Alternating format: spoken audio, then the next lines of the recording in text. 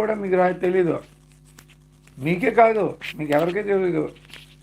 సరే బైబిల్ విషయం మాట్లాడదాం రండి. ఆయన అదృశ్య దేవుని స్వరూపమై ఉండి సృష్టికి ఆది సంభూతుడై ఉన్నాడు. ఎవరు? యేసుక్రీస్తు. ఇంగ్లీష్లో ఉంది, who is the image of the invisible God. Is the image of invisible God. దేవుడు ఎవరికి కనబడ్డు. ఆ దేవుడు ఒక స్వరూపమే యేసుక్రీస్తు. ఆయన దేవుడు కాదట